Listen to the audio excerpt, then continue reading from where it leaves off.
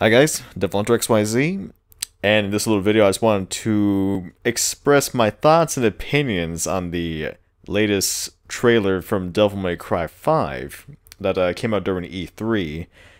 And really for the most part, I like to say that the trailer itself initially was a little bit, to me it was a little bit on the confusing side, because when I first saw the trailer, initially, I thought it was a sequel to DMC Devil May Cry.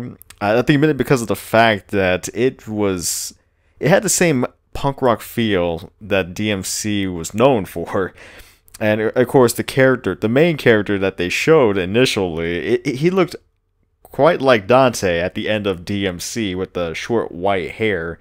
So I mean, it was to assume that it was Dante, but of course as the trailer progressed, you see that the character had the Red Queen, the Blue Rose, so obviously it was hinting towards being Nero. And I guess to further seal the deal on it, at the very end of the trailer you do see Dante, and I'm talking about the original Devil May Cry Dante, with the iconic red coat, riding down on a motorcycle. So, I mean, overall it is Dante from the original Devil May Cry, so meaning this is Nero then, that we're actually going to be playing in the upcoming sequel. So at least that clears that out of the way, that this is a sequel to Devil May Cry 4. So I guess one of the main questions from the trailer, at least what people have been wondering, is when does Devil May Cry 5 take place? And of course some people said it takes place after 4, some people say it takes place after 2. I think really in my opinion, this game would have to take place after Devil May Cry 2. Well, if you remember, Devil May Cry 4 takes place between the first and second game. But I say it takes place after 2. The only thing kind of hinting towards that, or kind of alluding towards that, is I guess really the appearance of Dante at the end of the trailer. I mean, if you see him, he looks quite old. I mean, I would have to say he's probably like in his late 30s, early 40s, something like that. I mean, he has like a full-grown beard at that point. I mean, that's something that Dante didn't have in Devil May Cry 2. I mean, he still had a clean look, still looking young at that point. I mean, here he is looking very seasoned, I guess the best way to put it. So, I mean, just going by that logic, I had to say this game has to take place after Devil May Cry 2. Which is not too bad considering I've always wanted a sequel to Devil May Cry 2, at least one that's done pretty well, so I'm hoping that would be the case, that this game does take place after Devil May Cry 2. And I guess while we're on the subject of character appearances, I guess kind of leads towards the new design for Nero in the game. And from what I've been reading through forums and comments, some people don't really like the new design, so to speak, with Nero. Well, I think mainly because of the fact that he looks somewhat similar to Dante from DMC Devil May Cry, which, I mean, it's kind of strange why they went with, why Nero's design is somewhat based off of that, but at the same time, maybe it could be poking fun at DMC. I mean, that's what I think anyway. I mean, if you remember in DMC, near the beginning of the first mission, there was a scene where Dante, in the middle of a devastated carnival, a white wig lands on Dante's head. And, of course, he looks at himself in the mirror and he says, 9 million years. I was kind of poking fun at the fact that there's no way he's going to be somewhat like the original Dante. And, like, forget about the original Dante. It's all about the new Dante, I guess.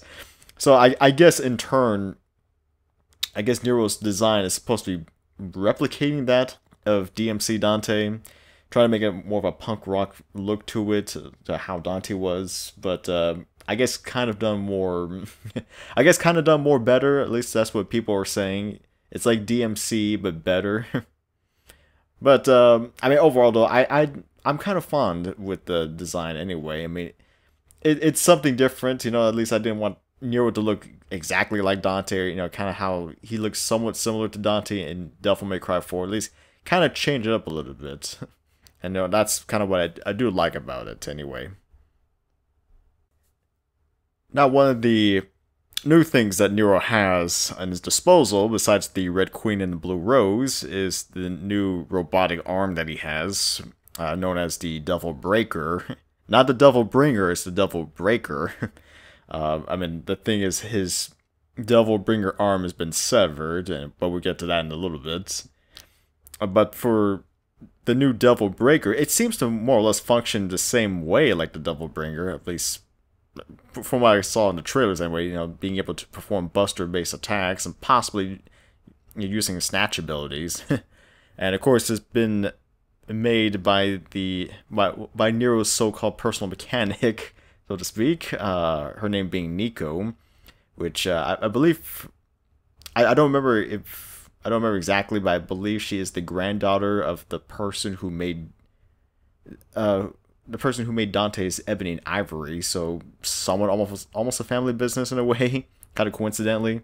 But yeah, so with the Devil Breaker, I mean, it's like a weirdly designed arm that allows different functions. So I have a feeling you're able to perform different maneuvers at will during the gameplay.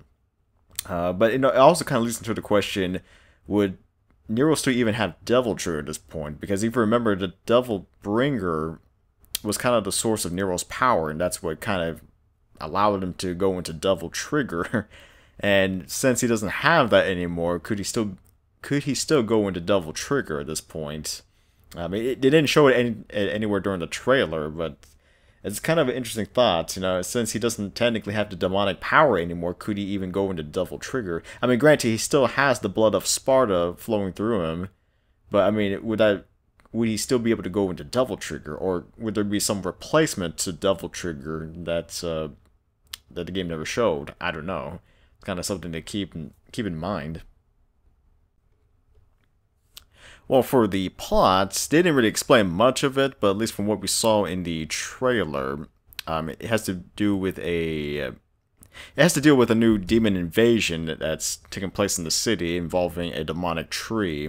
I guess somewhat creating an army to go against the humans, and of course, Nero is sent out there to try to stop the invasion. I guess possibly with Dante, but that's pretty much all we know at this point.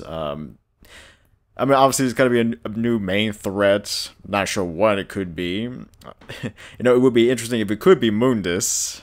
I mean, not saying it is, but it would be interesting if that's the case, since we haven't seen him since Devil May Cry 1, and, you know, it's been quite some time. It wouldn't be a bad choice to have Mundus return once again, but that'd be kind of almost replicating how it was in DMC Devil May Cry, so I don't know. I mean, it's just a possibility.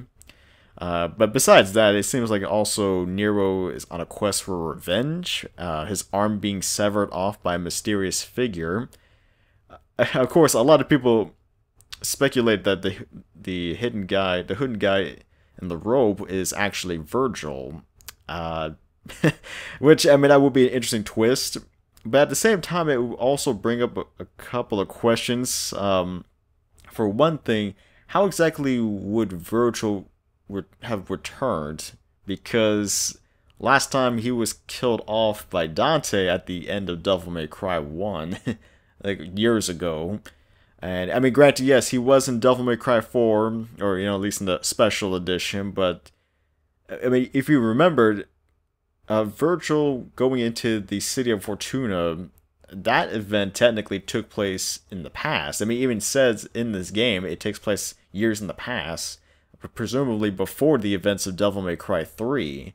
I mean, ignoring the fact that he had the weapons, and, you know, the story, you know, gameplay story-wise is the same as Devil May Cry 4. It's just the initial timeline story for Virgil is that he visited the city of Fortuna to try to learn about the people there and how they worship Sparta as a god. And I guess while there, he ends up, you know, meeting with a woman, and then they ended up conceiving Nero at that point. I mean, of course, at this point, everyone knows that Nero is Virgil's son. So, I mean, granted, it's just the fact that Virgil's plot-wise, it took place before the events of Devil May Cry 3, so it wouldn't really make sense how he could return all of a sudden in Devil May Cry 5. I mean, I'm not saying I don't want Virgil to return, but I mean, I just kind of want some explanation if that would be the case of how he would come back. And, you know, even if that was the case, I kind of find it weird that why would Virgil pretty much almost straight up killing his own son, you know, severing his son's arm. I mean, I know Virgil is in the quest for power, you know, becoming the ultimate demon, but I mean, would he really go as far as to almost killing his own son just to gain power, though? I mean, if that's the case, then why even have Nero to begin with? You know, it just doesn't quite add up. I don't know. I mean, if it is Virgil, there must be some reason for it, but for what I like to think is it's probably some other individual altogether that we just don't know. I mean, until we actually get more information on that, it's really hard to say. And then it finally leads into the final thing that I want to discuss, which is the way how the game's going to be broken up. I mean, obviously, Nero and Dante are going to be in the game, so more likely we're going to have at least 2 playable characters. And of course, there has been rumors that Virgil probably be making an appearance there. I don't know if it'll be as playable character or not, so it's a possibility there could be 3 playable characters in the game. I mean, it would be a lot, but I mean, I wouldn't mind that. I mean, if Virgil could actually have his own missions, that would be nice. You know, instead of him just having repeats on you know, original missions from Nero and Dante, like we had in Devil May Cry 4. But I mean, the case is, I mean, how would they break up the game itself in terms of story? I mean, is it going to be like Devil May Cry 4, where it's like you play part of the game as one character and the other part is another character? Or is it going to be something similar to like Devil May Cry 2, where you had 2 individual games?